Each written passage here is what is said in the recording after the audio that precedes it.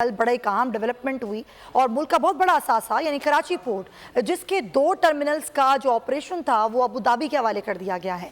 पाकिस्तानी हुकूमत ने फंड्स इकट्ठा करने की कोशिशों के तहत 63 अरब 12 करोड़ रुपए में 50 साल के लिए कराची कंटेनर टर्मिनल का कंट्रोल अबू धाबी के कंट्रोल में दे दिया है।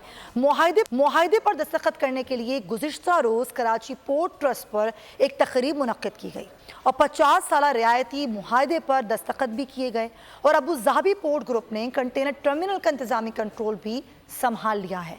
इस मुआहिदे के तहत PICT का नाम बदल दिया जाएगा और नया नाम होगा कराची गेटवे टर्मिनल लिमिटेड।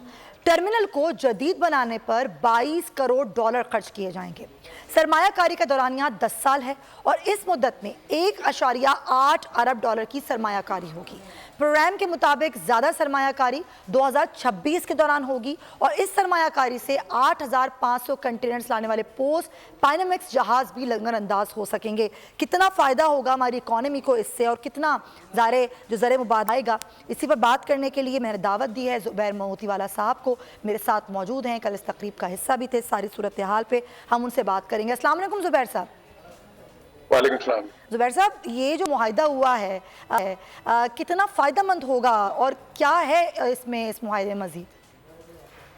देखिए, अगर लिटिग्रिटी में जाएं तो उसके पहले बात में ये बात करें। पहले ये बात मैं समझ कि पाकिस्तान की जो माशी सूरत हाल इस वक्त है, जो उसके अंदर हम बहुत सारे परेशान हैं। पूरी दुनिया पाकिस्तान की तरफ देख रही है, पाकिस्तान को क्या हुआ है। हम पाकिस्तानी सारे परेशान हैं कि माशी हालत का क्या होगा, हम आगे कैसे चलेंगे, डॉलर कितने का हो जाएगा। इन हालात में अगर कोई बाहर की कंपनी आके इन्वेस्टमेंट करती है तो एक बड़ा अच्छा पॉजिटिव सिग्नल जो है ना दुनिया को जाएगा। ये इस हद मैं मानता हूं कि ये मुआहिदा है, इसमें जब बाहर की कंपनी आके इन हालात में अगर पाकिस्तान में इन्वेस्टमेंट करती है तो खुशाइन बात है। यहाँ तक तो बात बिल्कुल ठीक है और ये होना चाहिए। लेकिन जब हम इसको आगे और 50 साल का जब मुआहिदे को देखते हैं तो ये रकम मुझे बहुत थोड़ी लगती है। ये डेफिनेटली बात अबू धाबी की जो कंपनी है वो बड़ी इफिशिएंट है, वहाँ उनकी पोर्ट हैंडलिंग बहुत अच्छी है। 22 में से 4 बर्थ इनको दिए हैं जो कल को मुआहिदा हुआ। इसमें अगर इसकी एफिशिएंसी बढ़ती है, पोर्ट के ऊपर क्लियरेंस यानी on ship, out of ship and going, ये अगर उसका हमारा टाइम ड्यूरेशन कम हो जाता है तो यहाँ शिपमेंट्स और आएंगी।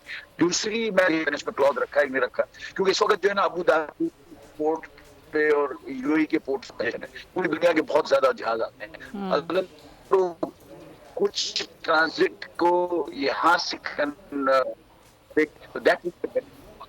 To big for too little over period of years. ये बहुत कम इन्वेस्टमेंट है जो ये बात कर रहे हैं। और ये जो है ना ये जो उन्होंने $50 मिलियन जो दिए ये भी बहुत थोड़े हैं KPT के लिहाज से और 4 बर्थ के लिहाज से। लेकिन बहरहाल ये है कि कोई आया तो सही, पाकिस्तान में इन्वेस्टमेंट आई है और जिसका पूरी दुनिया के अंदर चर्चा भी हुआ है और ये पोर्ट हमने उनको दिया है तो इससे एक पॉजिटिव सिग्नल तो जाएगा।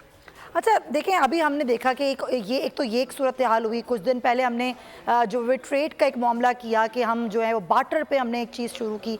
तो ये जो इकदाम उठाए जा रहे हैं, आपको लगता है, क्योंकि आपने अभी खुद कहा कि ये पैसे बहुत थोड़े हैं 50 साल के अरसे के लिए, कि हमारी मईशत जो इस तरह ज़बूहाली का शिकार है, ज़र मुबादला के ज़खायर गिर रहे हैं। आप खुद स्टेट बैंक ये कह रहे हैं कि 3.5 अरब डॉलर रह गए हैं। तो इस सूरत हाल में हमारी मईशत उठ पाएगी इस तरह के इकदाम से, चाहे हम ये पोर्ट वाला मामला देख लें या फिर हम जो वो बार्टर ट्रेड वाला मामला देख लें? देखिए, इसकी बात इस तरह से है कि ये बिल्कुल इससे एक कदम से कुछ भी नहीं होगा। हमारी मईशत इससे उठने वाली नहीं। बहुत ज्यादा हम जो है ना वो तनज़्ज़ुली का शिकार हो गए। हमारी जो है gone down to I don't know what levels, तो उसको ऐसे होना तो जरा मुश्किल होगा। लेकिन इसमें सिर्फ एक है ना उम्मीद की किरण है। जो लोग यहाँ से पैसे बाहर लेके जा रहे हैं, जो यहाँ के लोग जो है अपने पैसे यहाँ रखने पे तैयार नहीं है। 200 का डॉलर 300 का हो गया। बद यकीन मतलब बेयकीनी की सूरत हाल है बिल्कुल। तो लोग समझ रहे पता नहीं पाकिस्तान में डिफॉल्ट कर जाएगा, ये हो जाएगा। ऐसे में अगर कोई कंपनी आके यहाँ इन्वेस्टमेंट करती है तो ये एक तरीका कार है।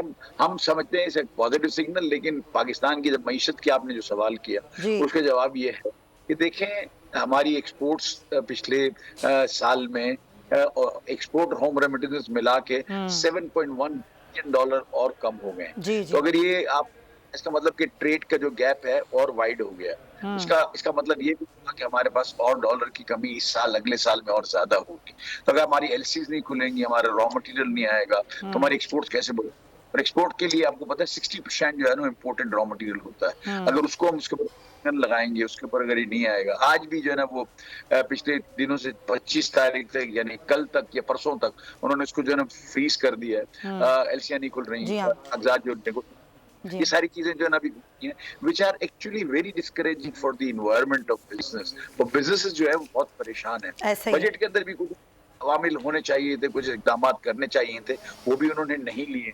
आई don't know how they want to see mend this economy, how they want to bring it on real track. Sir, जब आप ये बात कर रहे हैं तो आम आदमी क्या करेगा? आप माशाल्लाह एक बहुत बड़ा नाम है ज़ुबैर मोतीवाला साहब। जब आप भी एक शशोपंज का शिकार होता है बंदा, एक क्लैरिटी नहीं होती, डेफिनेटली क्लैरिटी किसी के जहन में नहीं है। एक सवाल और भी जो कल से हम देख रहे हैं कि सोशल मीडिया पर एक बहस हो रही है, ये का सासा है हमारा पोर्ट्स का, तो किसी और मुल्क के हवाले करना, उनको कंट्रोल देना ये क्या सही है हमारे लिए? देखिए ये तो हैंडलिंग है, पोर्ट हैंडलिंग है, ये तो दुनिया भर में इधर से उधर के लोग चल रहे होते हैं, इसमें कोई ऐसी खराब मुझे नजर नहीं आती। पोर्ट हैंडलिंग की एफिशिएंसी जब भी आती है जब कॉम्पिटिशन होता है। 22 बर्थ है, उसमें से 4 बर्थ दिए हैं। इससे जब 4 बर्थ के बाद जब दूसरे लोग आएंगे, ऑटोमेटिक आपस की कंपटीशन होगी और काम बेहतर होगा और थोड़े ठीक होंगे। चलें, ठीक है, होपफुली कि मामला ठीक हो, डॉलर में होगी ये ट्रेड और किस तरीके से आगे बढ़ाया जाएगा मईशत को। Thank you so much. Chairman trade and development Zubair Motiwala मौजूद थे और गुफ्तगू कर रहे थे। अगर आपको ये वीडियो पसंद आई है तो सब्सक्राइब करें और बेल आइकन पर क्लिक करें।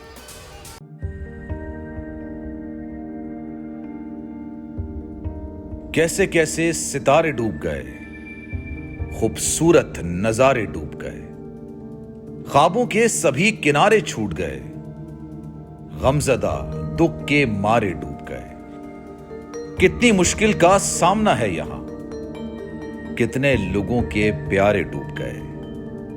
आओ मिलकर करें मदद सबकी, जिनके सारे सहारे डूब गए। आजमाइश में मिलकर एक हुए, नफरतों के इशारे डूब गए। कितने प्यारे हमारे डूब गए। कौमी सानहे की सूरत हाल से लम्हा बलम्हा बोल रखेगा बाखबर। गम की इस घड़ी में बोल तारकीने वतन के अहले खाना के साथ खड़ा है।